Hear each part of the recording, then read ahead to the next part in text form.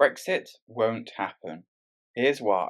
I'm aware that there are consequences to if you bring down trade, if you set up trade barriers, there is a consequence to a trading nation. So I am very enthusiastic for making sure that we have as few trade barriers as possible. The Prime Minister has said she wants frictionless trade at the border. That's what we need to achieve. If we put up trade barriers, it won't help our economy. For more than 2 years now, the UK has been toiling with the question of how to leave the European Union, after the UK voted for it in 2016.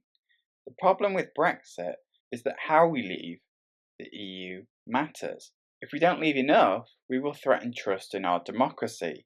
Sounds like a great deal for the EU. We won't be able to get trade deals with nations outside the European Union, and we might end up not even ending free movement of people. Evidence from surveys and other UK authorities suggests that the country is not yet fully prepared for a cliff-edge Brexit. Surveys suggest that less than half of businesses have initiated contingency plans for no deal, and less than a fifth of small businesses have done so. If we leave too much, we could destroy the UK economy. Leaving Northern Ireland in an uncertain situation, leaving businesses the uncertainty of how to trade with the EU, and leaving EU citizens and UK citizens abroad with uncertain futures. It's long been assumed that politics and economics go hand in hand. A stable democracy leads to a strong economy, and a strong economy leads to a stable democracy. But what if democracy itself questions our economic stability, like it has with Brexit? Well, Brexit was a vote against the establishment, against the economic warnings by central banks, against the campaigning by government politicians, and against the status quo. So even after the referendum result was declared, the debate between the establishment and the anti-establishment continued. Of course, if the economy is so reliant on a stable democracy, that makes it easy for those with money and power to control our democracy.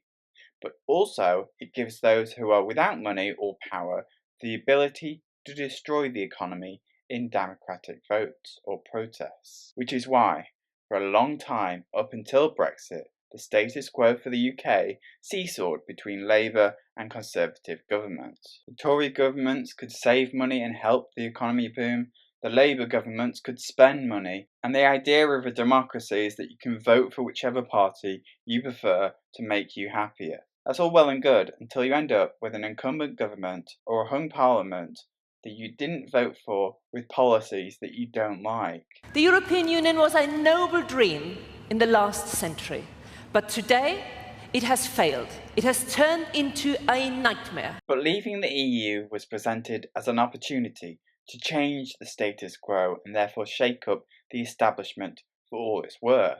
When these events happen, it just increases the anxiety of those who want to live in an economically and politically stable country, therefore creates a clear divide between the rebels and the anxious. In the coming months, the rebels will be voting against May's deal, getting May out, protesting for a no deal, campaigning to at least renegotiate the Irish backstop, and trying to get us out the single market and customs union as quickly as possible. The anxious will be saying no. They want to delay the process, create a more politically agreeable Norway-style deal, or make plans for a second referendum. They ultimately think the deal we currently have with the EU is better than leaving. But who runs the establishment? Is it rebellious political protesters gaining votes of populism, or is it really an anxious mix of pragmatic economists and lawyers who try to balance personal and political needs for the good of both their own careers and the future of the United Kingdom? I think you'll find no matter how hard you try to argue it's the first, you can always find out it's the latter, to varying degrees of competency. That's why I think Norway, being a solution that could get through Parliament and still technically be leaving, although in name only, is more likely than ever. Norway is part of the European Free Trade Area, which is made up of the countries of Liechtenstein, Iceland, and Switzerland, as well as Norway. They trade between themselves, while the group as a whole has free trade deals with numerous non-EU countries, such as Canada, Mexico, and others. Norway is also part of the European Economic Area. All European Economic Area members get full access to the single market. But you can't be a member of the European Economic Area without being a member of EFTA first. Under this deal, the UK would have full access to the single market and therefore be able to trade freely with the EU. Also, the European Court of Justice would have no jurisdiction over Britain, but the UK would still have to answer to the European Free Trade Area Court. Also, the UK wouldn't have any say on shaping the single market rules as it currently does being an EU member. The UK would have to accept freedom of movement of people, and this would clearly be politically dangerous for any government to say yes to immigration in a vote that was deemed to be against immigration. But failing that, it's clear to me that the establishment wants to remain. The majority of MPs in 2016 voted to remain. We have a Remain Prime Minister, and as I said earlier, you can't have a stable democracy without a stable economy. At the moment, we don't have either. Politicians only want to stabilise the economy and create certainty for business, and that to them means keeping as close a relationship with the customs union and single market as physically possible. Stay in the single market and you can go on holiday easily. You can import workers to the NHS easily. Most importantly, you can have tariff-free trade across the border.